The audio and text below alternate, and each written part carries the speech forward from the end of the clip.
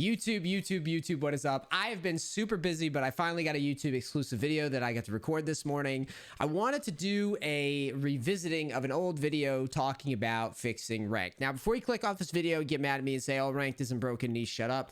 Let me take you on a mental, imaginative journey. Damwon Gaming and Suning, the Worlds 2020. Imagine a world where at the very last second, you wait 20 minutes to watch the players sit down, do their picks and bans, select their champions. At the very last second, someone, I don't know who it is, will say Showmaker. Showmaker, at the very last second, the clock's ticking down, we're about to go into a game. Showmaker says, I don't like this matchup. Clicks escape, walks away. Commentators are like, well, sorry, League of Legends fans, but unfortunately, Showmaker has dodged, and we have to wait another 5 minutes to get into a game. Well, I don't know. Dodging is just a mechanic, and you know he didn't like the Twisted Fate Nocturne matchup. You know, he viewed Nocturne as a counter, and he just left. And now we have to wait 5 minutes. Let's take a commercial break. Let's try to keep this entertaining and talk about how itchy my balls are until we wait till the next game. This is, you know, obviously a little exaggerated. Obviously, solo queue is different than competitive play. This is literally what it is like to play beyond Diamond 1 right now in League of Legends for a good chunk of high elo players. This is the reality. Now, I'm saying this, I'm getting you into this mental space because obviously with me coaching, like I said, 5 to 10 clients a day or whatever I'm at, ridiculous right now, I would like to enjoy high elo League of Legends, but I realize that the game has become such a time sink. It is more about people data mining and dodging instead of people actually playing the game. So I don't know if you remember a while back, I did a video on fixing ranked, and it did pretty well. I'm going to open this back up and show you before we get into season 11 what I think could be done to make the game better, remind you of some of the changes, and hope that it gets shared. I'm going to keep pushing this out every few months because I really do love League of Legends. But again, the game, I think, is not actually about playing ranked. It's about one-trick ponies, trying to get the matchups that they want, one-role ponies, trying to get the role that they want. People actually don't know how the game works, and what's winding up happening instead is people are trying to avoid teammates that they don't like, matchups they don't like, bans that they don't like, and all these other nuances and things instead of playing the fucking game. Like when I stream, I just want to play League. I don't even care if it's a bad matchup anymore at this point. I just want to be able to play the game. Every game was taking me about 30 minutes to get into. So first, this is obviously old document. I revisited it. Now, Riot's done one thing in between season 10 and season 11. I think it's important that we point it out, especially for the high elo guys. Duo Q will be removed. All right. And this is what I wrote before. Duo Q's, Flex Q, Duo Q exploits, blah, blah, blah. Masters plus Duo Q will be removed. So this is the only thing that's going to be changed in season 11. But there's still a lot of problems. And I went back through and wrote down the list so everyone can see it. You can share it. If you've ever wondered why streamers like Tyler One have to put in so many hours into this game, a lot of these things explain it. And we're going to get into it. All right, starting with number 1. This is, in my opinion, the number 1 problem right now, based on my personal experience of playing high elo. Elite play dodging needs to go. Dodging has become a skill in League of Legends. And yes, before I get flamed in the comments, I'm completely aware with the reality that I have told people that they should dodge all the time. It's becoming a skill now. And upon thinking about it, revisiting it, once players have started to get a handle on the fact that they can manipulate their win rate just by dodging, especially in high elo, after waiting 20 minutes to go into a game, it's making it so the queue times are even higher. The wait to get into games are higher. Everyone's hiding away in queues from bad matchups, comps that they hate, players that they dislike, and it's killing ranked. So the solution is simple. If you accept a match past a certain elo, we'll use Diamond Plus as a tentative example, right? If you accept the match, when the thing pops up, accept the queue, the match is going to happen regardless. All right, so people need to pay attention to the bans. People need to pay attention to their picks, to their compositions. The match will count regardless. That's going to piss a lot of people off in theory, but again, this would only apply to elite play. I know everybody in my comments is, like I said, Diamond 1 and higher or whatever, but again, this would only be for elite play, but dodging needs to go. Data mining in champ select and in game. This is something that needs to go regardless of what elo you're in. There is literally no reason to be able to data mine your opponents, or your team rather, in champ select, right?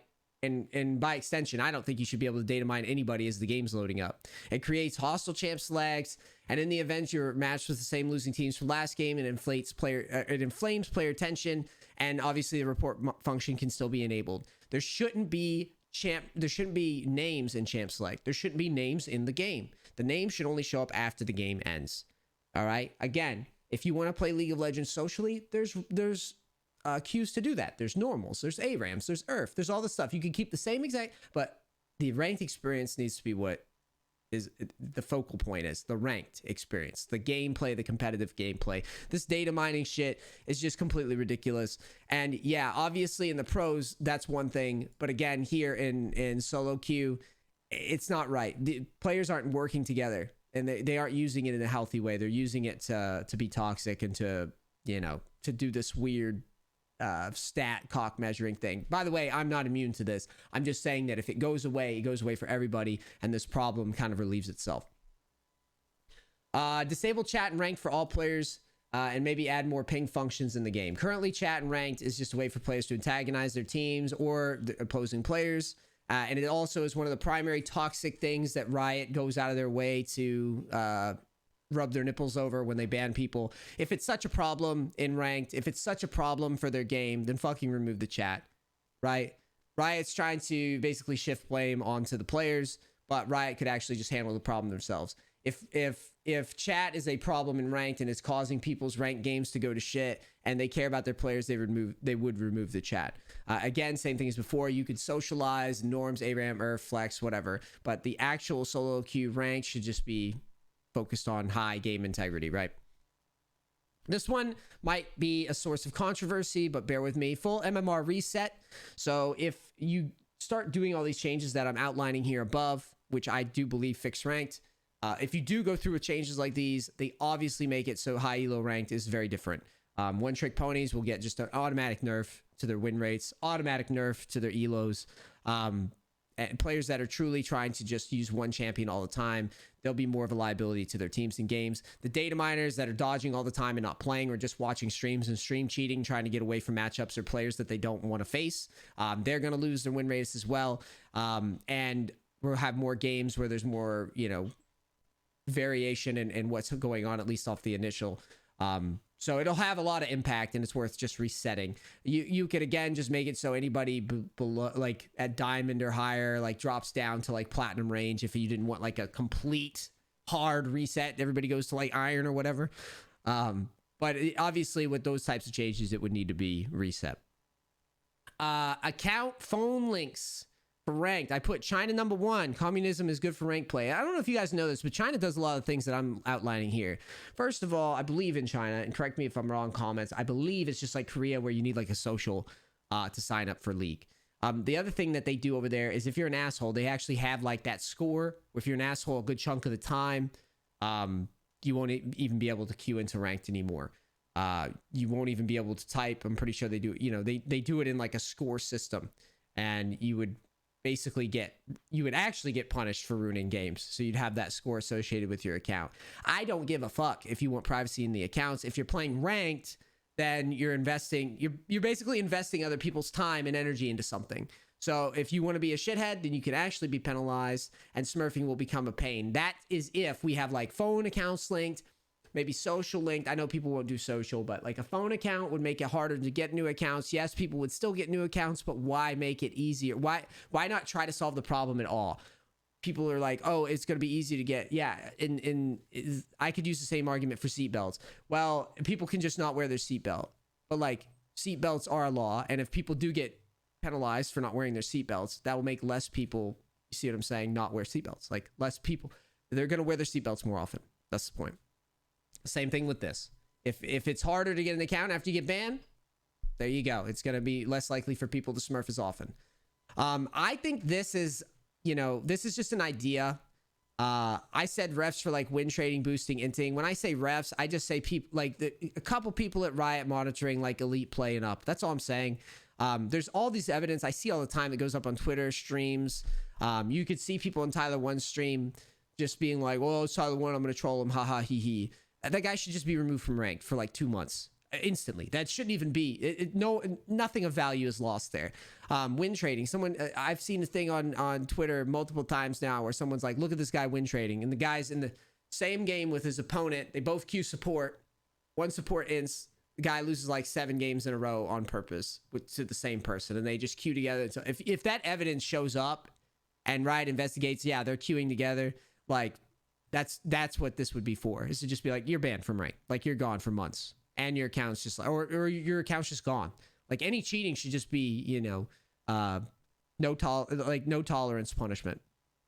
Tether all accounts together. Basically, if you have an account, like any account that you have with Riot for League, you should again have to link some sort of phone. Once you can have multiple accounts on one phone, but if you do shady shit on any account, they're all gone.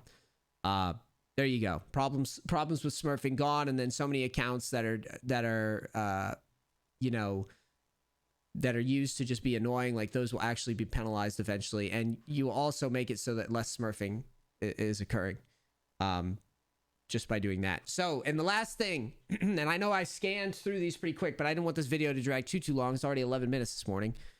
Bonus, I say improved ranked incentive. Right now, other than high elo players just being addicted, or streamers just trying to make money by, you know, getting views on these ranked games, there's really not much incentive for playing past a certain rank. In fact, I would argue that it's better for content just to stay in a lower elo, because I know eventually I got tired of waiting 15, 20, 30 minutes to play a game, and I just went right back down to like lower diamond to play, just to get videos out, just to make a game happen. It was getting just so ridiculous. Even though some of the higher elo content does well-ish, man, it's just unnecessary torture for nothing. You get like a rank, like a little icon, maybe some bragging rights, but like then you go back through these other things. You've got win trading, you've got boosting, you've got data mining, you've got dodging, you've got all these other things, and there's just so many things in here that just aren't about the actual game, and it's a damn shame because the game is so fun. I still am enjoying this game. I literally get lost when I get to play the game. To play it, I love playing it. The problem is the timing in between.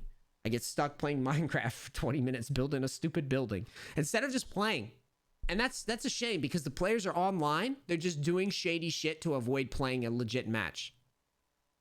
Like, I do not think any high elo player, I know there's some of you out there watching this channel. I know a good chunk of you guys. I mean, I meme and say that like a bunch of my commenters are challenging, but like, I know that most players really don't understand these complaints or why they're so damaging, or at least haven't experienced it. But for the high elo players that have experienced it, everything I'm saying here should just send off like, yes.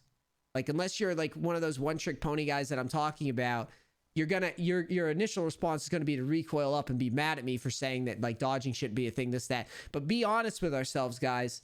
There is no reason, even if you're a one-trick pony and you're mad at looking at these changes, there's no reason why you shouldn't have to learn the game.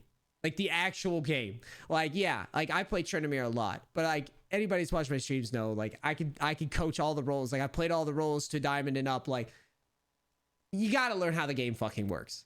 And it's ridiculous that everyone can bottleneck the queues. Any one-trick pony can, like, bottle up the queues, or one-roll pony, because they can't do anything else. It's terrible for the game. It's terrible for the content. It's terrible for streaming. That's all I got for you. I just wanted to take a moment to put this out because the season's ending. I was watching Tyler 1 struggle, and I'm watching people talk about ranked, and I myself was playing it a little bit. And yeah, I just wanted to weigh in again because I had promised that I would do this. Let me know what you guys think in the comments. Let me know if you think it should be shared. I think it should be shared. I think this fixes it. Literally a couple months after all these changes, the game would work. Ranked would work. It would have more value. It would have more incentive. It would be better. There would be more matches. Yeah, people would complain about trolls in their games or bad comps or whatever, but the queue times would go down substantially. The average player would improve. NA would improve. Ranked would have more value. I mean, oh my God, it just goes on and on. Guys, let me know what you think. I'll see you next time. And yeah, man, keep signing up for coaching. You guys are keeping me super busy. And yeah, I love you. I'll see you next time. Peace. Later, guys.